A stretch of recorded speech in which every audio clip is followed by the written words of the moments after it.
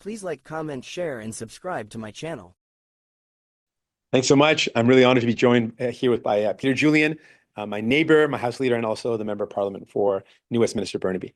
Um, thanks for joining us today. We want to talk about the recent report released by Justice Hogue. We know that foreign interference is something that's very serious, something that Canadians are worried about. We want to defend our democracy. We want to make sure that our democracy is free from foreign interference. We also want to make sure that everyday Canadians can live their lives without the threat or harassment of a foreign government. So we had called for this public inquiry. The Liberals had said no. We were the first political party to call for it, and now we've got the report. What Justice Hogue has highlighted, I think one of the biggest points that she made in her report was the deep concern she has regarding misinformation and disinformation, particularly on social media, and how we do not have tools right now to combat that, and it is rampant. The amount of misinformation that is available is rampant, and that is a serious concern for democracy and for an upcoming election. And so that is a concern that was highlighted by Justice Hogue. I think that concern is also exacerbated by the leader of the Conservative Party's decisions and his actions. Pierre Poilievre has accepted the endorsement of Elon Musk, someone whose platform is also one of the worst actors in a lot of ways around misinformation and disinformation. Coupled with the fact that Pierre Poilievre also wants to defund a public broadcaster, which is a source of real information, journalistic integrity, really highlights a dangerous set of priorities given Justice Hogue's findings of misinformation and the need for fact checks and fact confirmation. What other things that Justice Hogue highlighted, I want to point out, is he said that all political leaders should get security clearance and receive information that is pertinent to their parties or to democracy in general. And that highlights the real concerns that Canadians have raised about Pierre Poilievre, the only leader of a political party that has not received security clearance. And so that was highlighted. And I think finally, Justice Hogue did raise concerns about sitting parliamentarians and questionable or concerning behavior. And I'll highlight, she said, of questionable ethics. And that is something in the context of foreign interference that I'm concerned by. Ultimately, what we want to see is now the recommendations that Justice Hogue has made be implemented. I've instructed my party, my national director and team to follow all of the recommendations as it relates to political parties so that we're doing our part. I encourage other political leaders to do the same. Okay, we're going to start with questions on site. We'll start with CTV. Hi, Craig Krause with CTV News. In the report from Justice Hogue, you mentioned that there was some foreign interference, maybe not to the substantial amount that would affect the election, the past elections that we've had. Do you know of any ridings that you have an eye on that potentially are impacted by foreign interference? I'm concerned with what Justice Hogue raised was that while it didn't, she concluded it did not impact the overall election, but there were specific races where there could have been an impact and it could have changed the decision or changed the result in specific ridings. Given what we've seen here in our province of BC, that an election can be determined by sometimes one or two seats, that to me is very concerning. I don't have a specific ridings that I'm concerned about at this point, but the idea that an election can be determined by just a couple of seats, and Justice Hogue conclusively said that there were a couple of ridings where there was evidence that foreign interference tipped the scale one way or the other. That to me highlights how important this work is. And you mentioned misinformation and disinformation becoming a growing threat and something that's happened in the past as well. Do you have a couple of examples that you've seen that are concerning to you?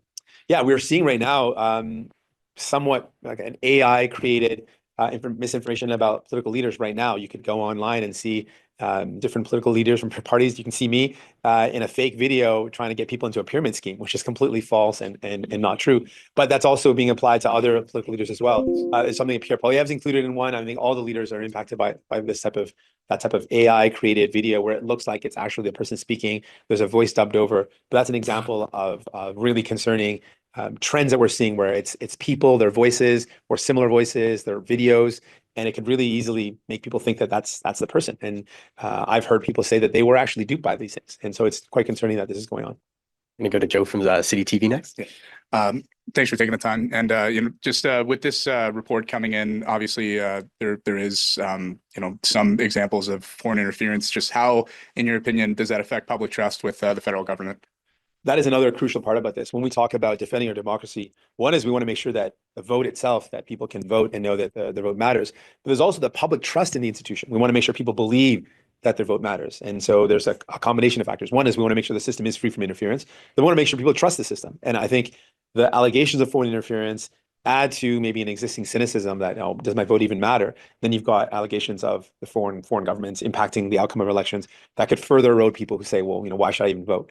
That's why it's crucial we take this seriously, why I'm taking it seriously as a leader, and why I encourage other parties to take it seriously. We want people to believe their vote counts, their vote matters, and it's free from foreign interference. We want more people to participate in our democracy, and to do that, we need to restore more confidence in it.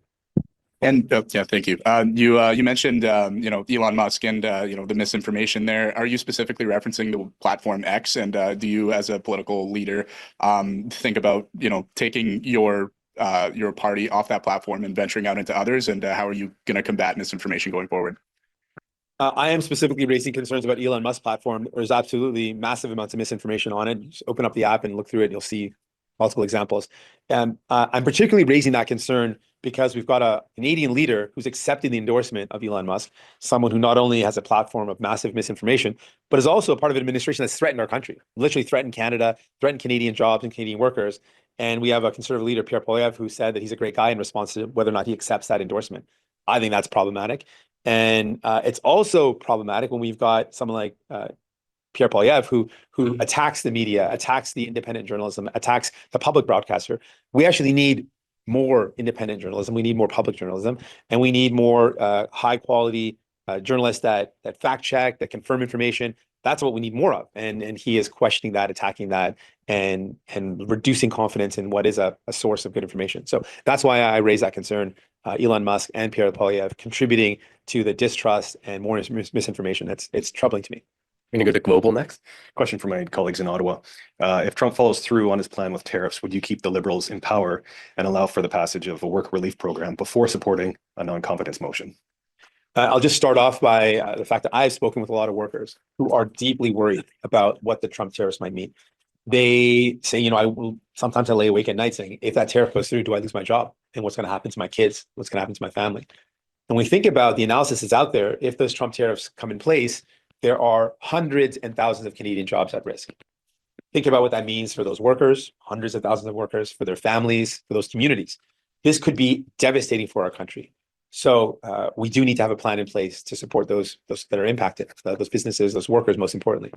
I have not had any conversations with other opposition leaders. I think we need to come together to have a discussion about what is the best way forward.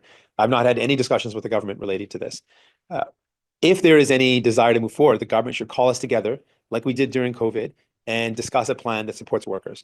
We, as a party of working people, a party founded by workers, want to make sure that there's a plan in place for workers. It's why we said from the beginning, EI is clearly not up to the task. During the pandemic, we realized EI does not cover the majority of Canadian workers. We called for changes to happen to EI so that we would be better prepared if something happens again that disrupts our economy. The Liberals did not listen. And so we are now in this position where we have an insufficient EI, a threat of tariffs, and many workers lying awake at night saying, am I going to lose my job or not? So I hope that there's a plan moving forward. We will now go to David Thurton with the CBC. Please go ahead. Hi, Mr. Singh. You called for MPs to be kicked out of Parliament if they were working with foreign governments. Commissioner Hogue says there is no evidence of traitors. Did you add to a sense of public trust, you think, by calling for MPs to be kicked out of Parliament when Hogue has found that there are no traitors? Well, first of all, I relied on the information that I had before me, which was the NSICOP report and the unredacted version. We had called for a public inquiry for this very reason. We wanted the justice of the public inquiry to delve into these matters, to get the full details, to get more information. And that's what Justice Hogue did. She was able to get the supporting documentation, even speak with the intelligence officers, and was able to provide her opinion. And I thank her for her work. That was very important work. But she did highlight that there were members of sitting members of Parliament right now who have questionable ethics in relation to foreign interference. She has raised some serious concerns. And I think it is a responsibility of every political party to ensure that their members of Parliament are not caught up in foreign interference, are not engaged in questionable ethics in their behavior, and that there's checks and balances in place. And I thank Justice Hogue for her work in uncovering that and highlighting that is something that she found very concerning as well.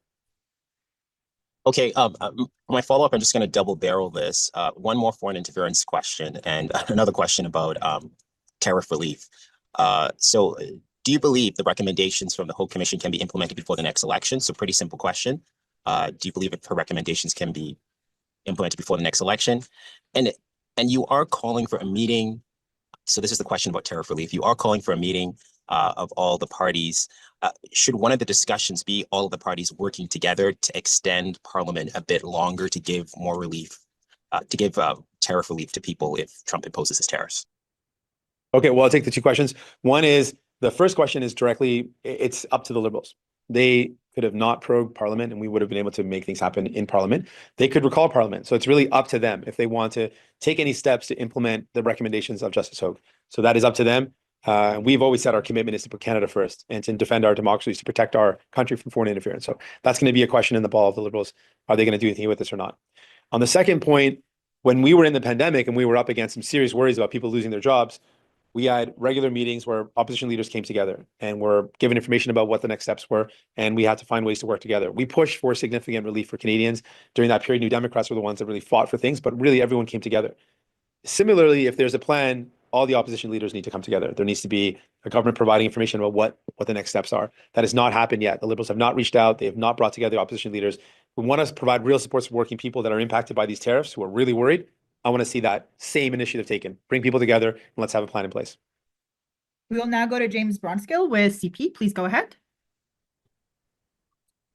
Yes. So to be clear, Mr. Singh, would you be prepared to work with a new Liberal leader on some of the recommendations in the Hogue report that would involve tabling a new bill and bringing legislation forward? Could you see that happening before moving a motion of non-confidence?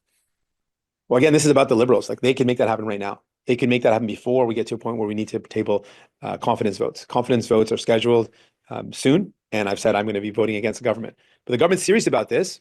They could bring in legislation earlier. They could take steps right now. They could put forward a plan to address the recommendations of Justice Hogue right now. I have not seen that plan. I've not seen that initiative. The ball is really in their court. If the Liberals are serious about this, they should do it. And so far, I've not seen any initiative that indicates to me that they're serious about adopting anything that Justice Hogue has recommended, while I think it is very important that we do so. And again, to be clear, would you be prepared to do it with a new Liberal leader, since there will be a new one, March 9th, and moving forward with that leader on legislation to protect against foreign interference before the next election?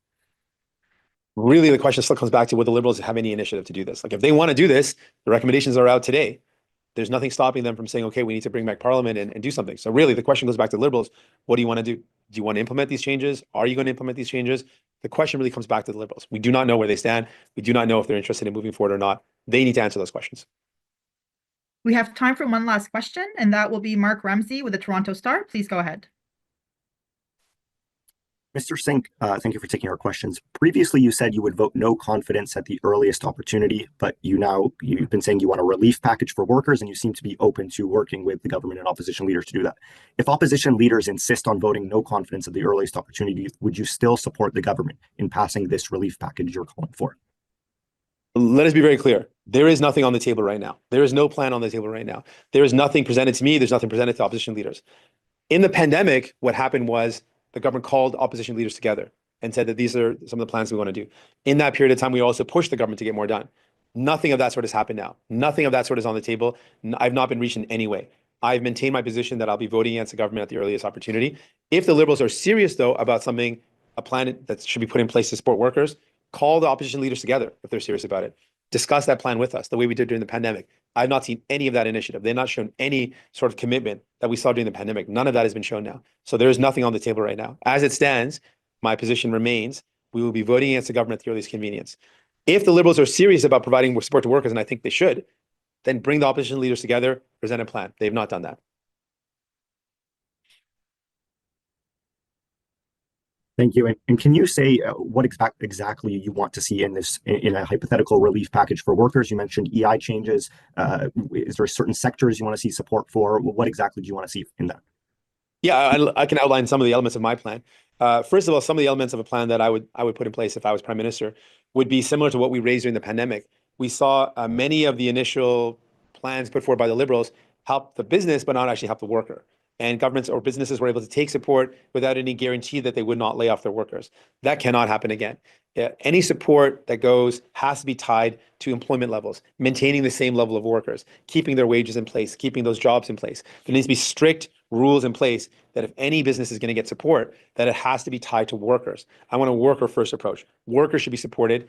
And if a business needs support to keep those workers in place, we need to see strict strings attached and rules in place, like I called for during the pandemic, that any amount of money that goes to a company has to be tied to the workers that are supported, tied to the workers' wages and salaries being maintained. So that's really important element. We know in this particular challenging time that there are certain sectors that are tariff sensitive, that are going to be impacted by tariffs as imposed by Donald Trump on February 1st. So let's target those industries and those sectors to ensure that they're getting supports, and those workers, most importantly, are getting supported.